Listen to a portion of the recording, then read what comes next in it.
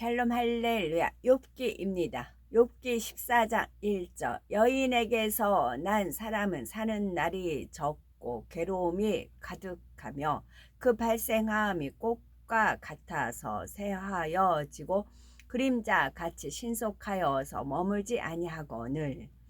여기서 욥은 여인을 아주 우습게 여기고 있습니다.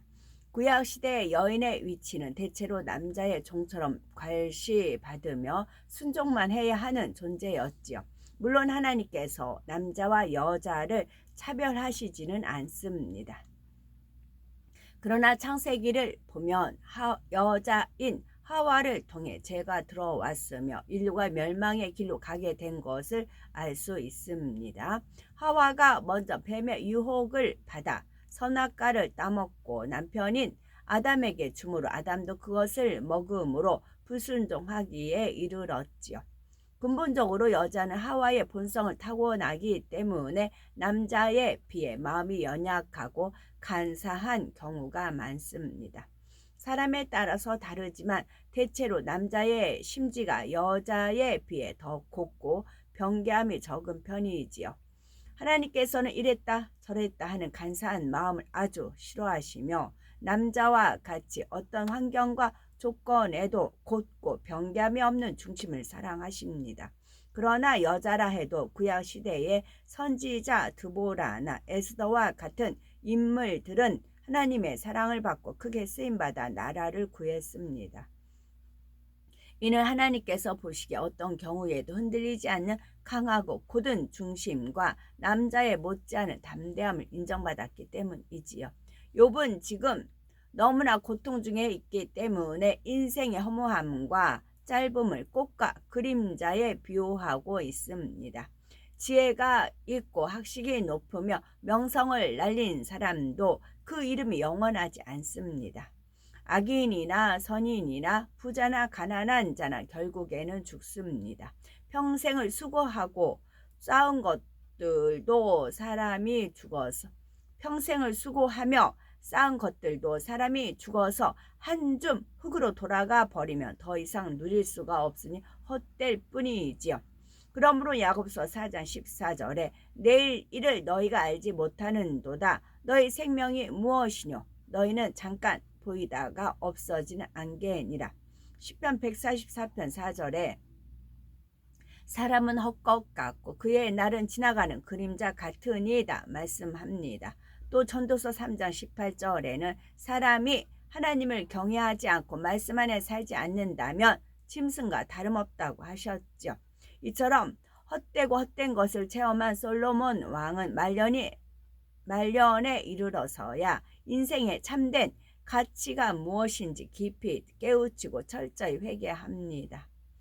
그래서 일의 결국을 다 들었으니 하나님을 경외하고 그 명령을 지킬지어다. 이것이 사람의 본분이니라. 하나님은 모든 행위와 모든 은밀한 일을 선악간에 심판하시리라 교훈하였죠. 하나님은 우리의 모든 행위와 은밀한 일을 선악간에 반드시 심판하십니다. 따라서 하나님을 경외하지 않고 말씀 안에 살아가지 않는다면 아무리 돈을 많이 벌고 명예와 권세, 지혜가 있다 해도 헛되고 헛된 것입니다. 결과는 죄의 싹신 사망이요 지옥에 떨어질 수밖에 없기 때문이지요. 욥은 이러한 영적 의미를 알지 못한 채 인생의 헛됨을 말하고 있습니다. 욥의 말대로 인생은 영원한 시간에 비하면 사는 날이 매우 적습니다. 그러나 영적으로 볼 때 하나님을 믿고 말씀대로 살아간 사람은 영원한 생명을 얻게 되므로 천국에서 끝없이 살아갑니다. 물론 하나님을 믿지 않는 사람은 지옥에 떨어져 세세토록 고통 중에 살아가게 되지요. 욥은 과거를 생각해보며 행복한 순간이 많이 있었지만 현재의 고난 때문에 과거의 아름다운 추억까지 부정하고 있습니다. 믿음이 있다면 설령 지금은 환난 중에 있다 해도 과거에 누렸던 축복에 감사하고 하나님의 응답을 기다리며 미래를 소망할 수 있어야 합니다. 그리고 인생이 괴로움이 가득하다는 것은 신앙인들에게는 맞지 않는 말입니다. 성령을 받은 하나님의 자녀는 항상 기쁘고 즐거움이 넘칩니다. 하루가 지나면 신랑 대신 주님을 만난 날이 그만큼 가까워지고 열심히 일한 만큼 하나님 나라와 의가 이루어져 가니 기쁘고 즐겁지요. 우리는 꽃같이 반짝 피었다가 시들어가는 것이 아니라 매일매일 더욱 새롭고 성령 충만하며 영혼이 점점 잘 되어 가야 합니다. 고린도후서 4장 16절에 그러므로 우리가 낙심하지 아니하노니 겉사람은 후패하나 우리의 속은 날로 새롭도다 말씀한 대로 육의 사람이 점점 비질리인 육을 벗어버리고 신령한 영의 사람으로 변화되어 가야 하는 것이지요. 하나님께서는 베드로전서 1장 24에서 25절에 그러므로 모든 육체는 풀과 같고 그 모든 영광이 풀의 꽃과 같으니 풀은 마르고 꽃은 떨어지되 오직 주의 말씀은 세세토록 있도다 하였으니 너희에게 전한 복음이 곧 이 말씀이니라 하시며 영원한 천국의 소망을 두고 주의 말씀을 쫓아 살아가야 할 것을 알려주셨습니다.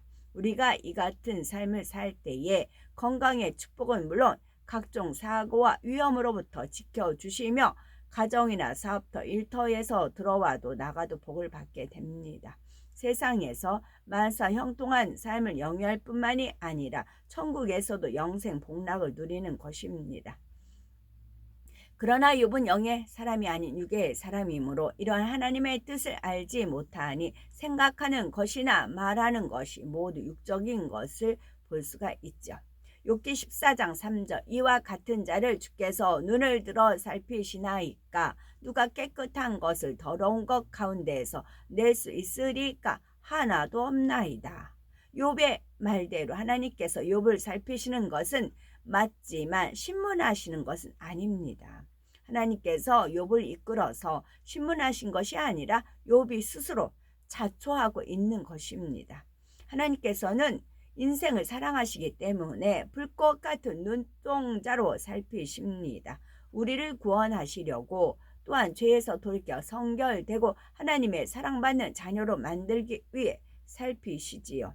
그런데 욥은 선조들로부터 전해 내려온 이야기를 통해 능력이 많으신 하나님을 어렴풋이 알고 있었을 뿐 사랑의 하나님에 대해서는 알지 못하였기 때문에 자기 마음대로 오해하며 판단하고 있습니다.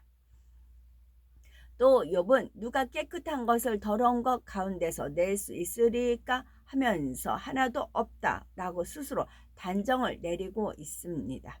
이는 하나님의 능력을 부인하고 하나님을 뒷전에 두는 말입니다. 욥의 교만을 엿볼 수 있는 말이며 더욱이 이 말은 옳지 않습니다.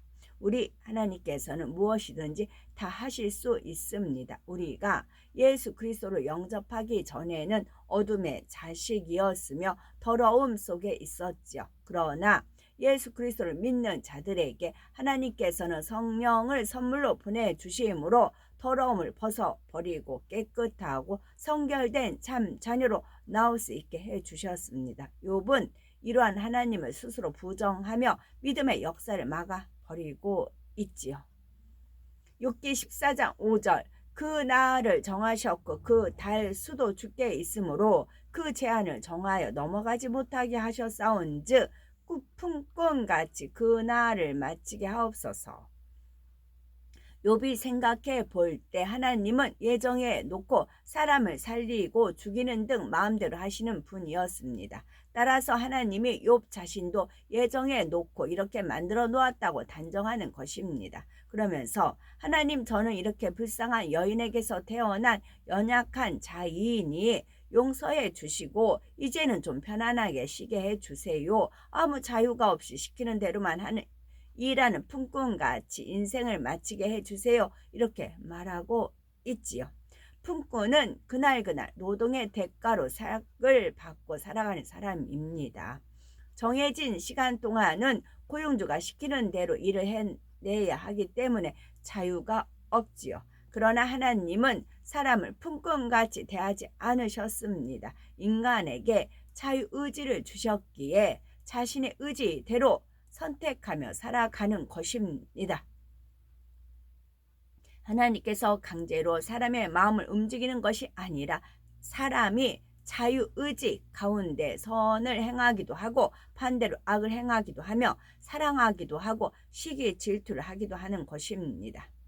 결국 이러한 모든 행위에 관한 심판은 그대로 거두게 됩니다. 우리가 하나님 말씀을 오해하면 욥과 같이 자신이 잘못해 놓고도 모두 하나님 탓으로 돌려버리게 되지요. 예를 들어 자신의 실력이 부족하여 대학에 떨어졌는데 마치 하나님이 떨어지게 한 것처럼 오해하거나 떨어지는 것이 하나님의 뜻이라며 책임을 하나님께 돌리는 경우도 있습니다. 이렇게 하나님 앞에 원망과 책임을 돌리면 중심에서 감사가 나올 수 없고 그러면 자신의 잘못을 발견할 수가 없습니다. 인생을 살아가는 동안 시험이 와도 반드시 이유가 있는 것이며 어려움을 당해도 정확한 고의의 법칙 속에 필연적으로 이루어지는 일들입니다. 진리로 비춰보면 하나님이 그렇게 만드신 것이 아니라 사람이 하나님의 말씀에 어긋나게 행함으로 자초한 것임을 알 수 있습니다.